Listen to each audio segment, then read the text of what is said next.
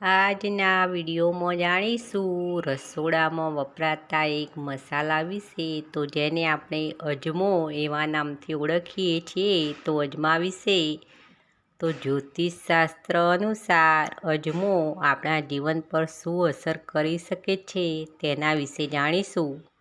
તો જ્યોતિષશાસ્ત્રના મત અનુસાર ગ્રહોની સ્થિતિની અસર દરેક જાતકોને એટલે કે દરેક રાશિના જાતકોને કોઈના કોઈ રીતે અસર કરી શકે છે. તો ઘણાને શારીરિક રીતે એટલે કે ઘરમાં નાની મોટી બીમારીઓ આવ્યા કરે, ઘણાને માનસિક રીતે અસર કરે એટલે ઘરમાં ટેન્શન અને ચિંતા તણાવ રહ્યા કરતો હોય, અને ઘણાને આર્થિક રીતે પણ નુકસાન કરી શકે.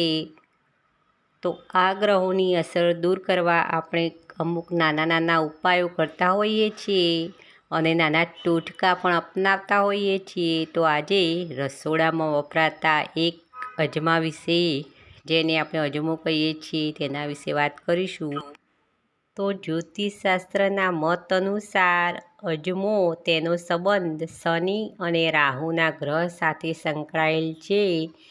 તો જો આપણને લાગતું હોય કે શનિ અને રાહુનો દોષ નડી શકે છે આપણને, તો તેના માટે અજમાની પોટલી બનાવી અને તમને જે રીતે નડતર નડતું હોય, સ્વાસ્થ્યને લગતું, આર્થિક રીતે યા માનસિક રીતે, તો અલગ અલગ દિશાઓમાં આ પોટલી રાખવી. તો ચાલો જાણીએ કયું નડતર નડતું હોય તો કઈ દિશામાં પોટલી રાખી શકાય, અને આ પોટલી કઈ રીતે બનાવવી તે પણ આગળ વિડીયોમાં આપણે જાણીશું.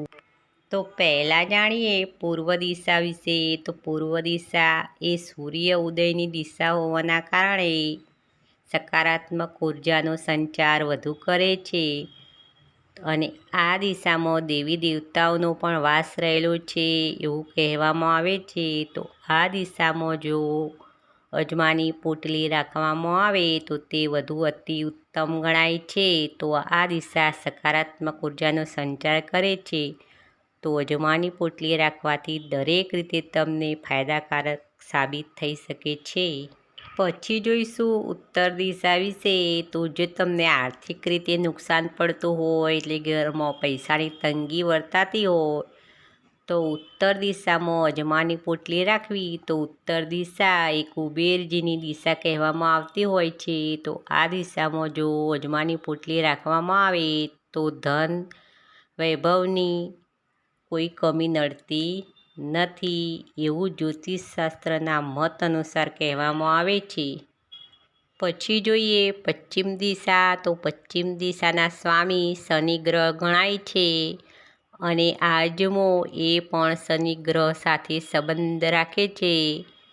તો અજમાની પોટલી પશ્ચિમ દિશામાં રાખવામાં આવે તો શનિ ગ્રહને લગતું કોઈ નડતર હોય તો તેમાં સુધાર લાવી શકે છે આ અજમાની પોટલી. તો અજમો એ સકારાત્મક ઉર્જાનો સંચાર કરે છે. પછી જોઈશું દક્ષિણ દિશા. તો દક્ષિણ દિશા યમરાજની દિશા ગણાતી હોય છે. તો જો તમને સ્વાસ્થ્યને લગતી ઘણી તકલીફો હોય તો અજમાની પોટલી દક્ષિણ દિશામાં રાખવાથી તમને સ્વાસ્થ્યને લગતી કોઈ પણ તકલીફ એટલે કે શારીરિક રીતે કોઈ નડતર નડતું હોય તો તેમાં ઘણી રીતે ફાયદાકારક સાબિત થઈ શકે છે, અને સકારાત્મક ઉર્જાનો સંચાર કરે છે આ અજમાની પોટલી. તો દક્ષિણ દિશામાં અજમાની પોટલી રાખવી. તે ઉપરાંત તમે તમારા ઘરના રસોડામાં પણ આ અજમાની પોટલી રાખી શકો છો, કારણ કે રસોડામાં પણ સકારાત્મક ઉર્જાનો સંચાર વધુ હોય છે. તો ઘરના દરેક ખૂણે આ પોટલી તમે જે દિશા તમને યોગ્ય ગણાય એ રીતે અજમાની પોટલી રાખો તો તમને ફાયદાકારક સાબિત થઈ શકે છે.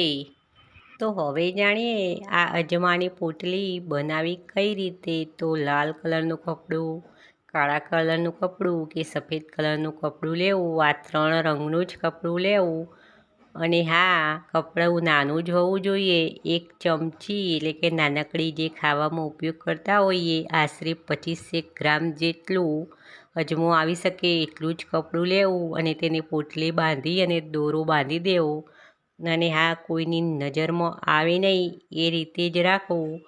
અને તેને સમય અનુસાર બદલી નાખો. લાગે કે તેની જે સુવાસ આવતી હોય તે ઓછી થઈ ગઈ હોય એવું લાગે એટલે આ અજમાને બદલીને નવેસરથી નવી પોટલી બનાવી દેવી. તો આ અજમો તમને દરેક રીતે ફાયદાકારક સાબિત થઈ શકે છે. આર્થિક રીતે, શારીરિક રીતે અને માનસિક રીતે તમારા ગ્રહોનું નડતર દૂર કરી શકે છે. તો મિત્રો, વિડીયો પસંદ આવે તો એક લાઈક અવશ્ય કરો, શેર પણ કરો અને આવા નવા વિચાર જાણવા મારી નવી વિચારધારા ચેનલને સબસ્ક્રાઈબ કરો. ફરી મળીશું નવા કોઈ વિચાર સાથે નવી વિચારધારામાં.